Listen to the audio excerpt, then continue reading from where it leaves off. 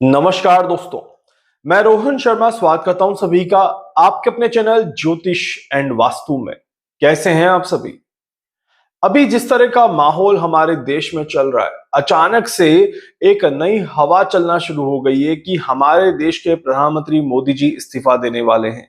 हमारे देश के प्रधानमंत्री मोदी जी बहुत जल्दी अपने पद से हटने वाले हैं और साथ ही साथ बहुत जल्दी हमारे देश की सरकार बदल सकती है। इस तरह के भी योग दिख रहे हैं, ऐसे लोग यहाँ पर बातें बना रहे हैं। अब इन बातों में कितनी सच्चाई है, ये जानना और समझना बहुत ज्यादा जरूरी है।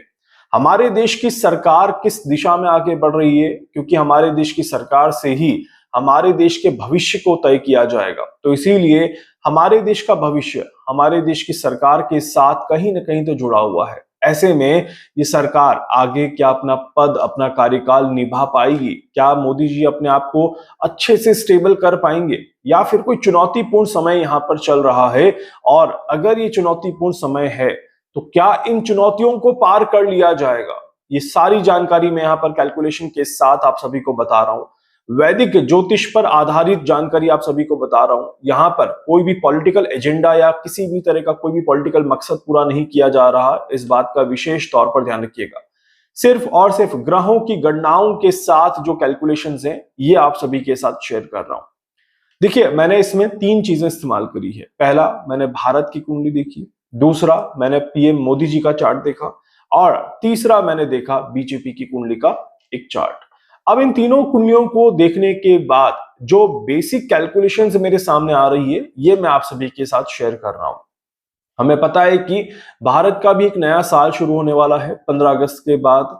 और ऐसे में जिस तरह की ग्रहों की इक्वेशंस हैं, ये भी दिखाई देता है कि पिछला साल जो गया था, वहां से लेकर के इस साल के बीच में भी हमारे देश की सरकार के ऊपर काफी ज्यादा दबाव देखने को मिला। कहीं ना कहीं विपक्ष जो है वो हावी होता गया। विपक्ष ने अपना पूरा तरह से जोर लगा दिया पीएम मोदी जी के ऊपर दबाव बनाने के लिए और हमारे देश की सरकार को कहीं ना कहीं परेशानियों में डालने के लिए। ये दबाव आप चाहे खाने की चीजों को लेकर के देख सकते हैं, या फिर इस दबाव को आप डॉलर और रुपए में आ रही गिरावट की वजह से भी देख सकते हैं, या फिर और भी कई सारी मुद्दे जो कि कहीं ना कहीं विपक्ष ने सामने रखे और जिसकी वजह से केंद्र सरकार पर एक दबाव महसूस हुआ।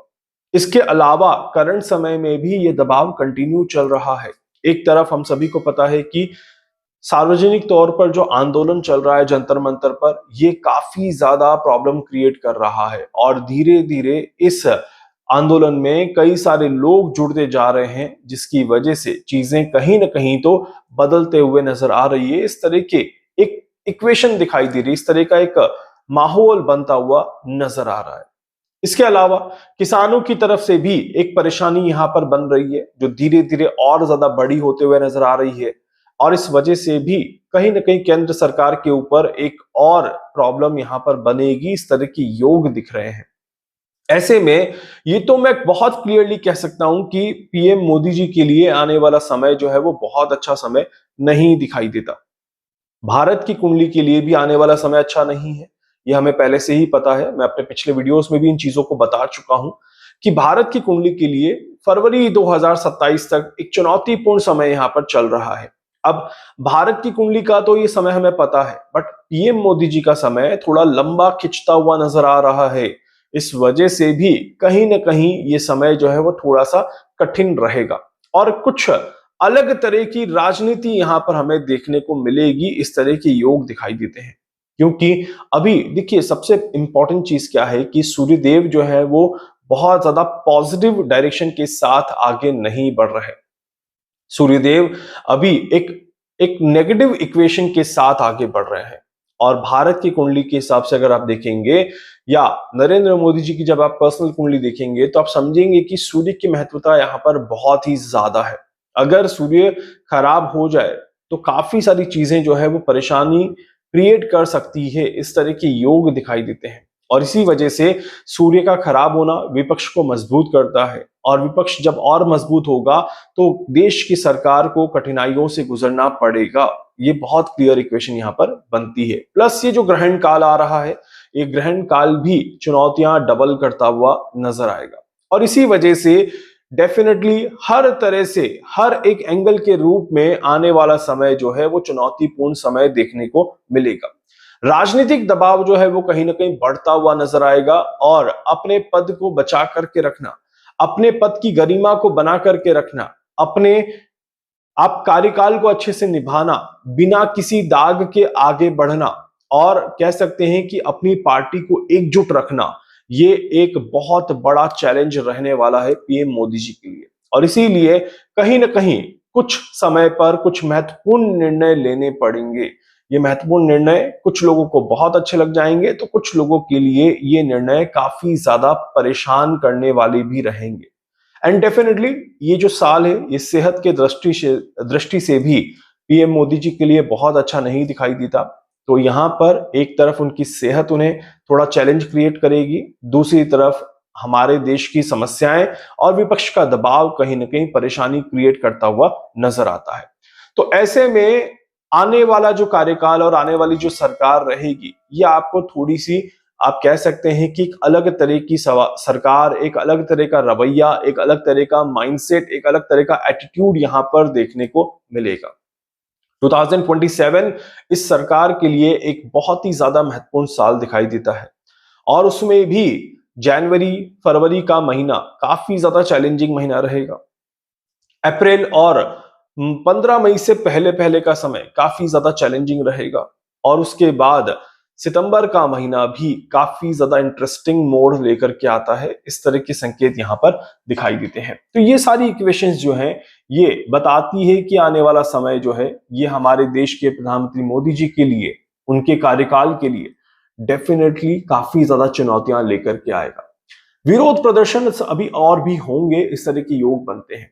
सार्वजनिक जगहों पर काफी ज्यादा प्रोटेस्ट या काफी ज्यादा आंदोलन या हड़ताल जैसी चीजें हो सकती हैं, और इन्हें रोकने के लिए डेफिनेटली कुछ कठिन तरीके अपनाए जाएंगे। इस तरह की भी इक्वेशंस यहां पर बनती है।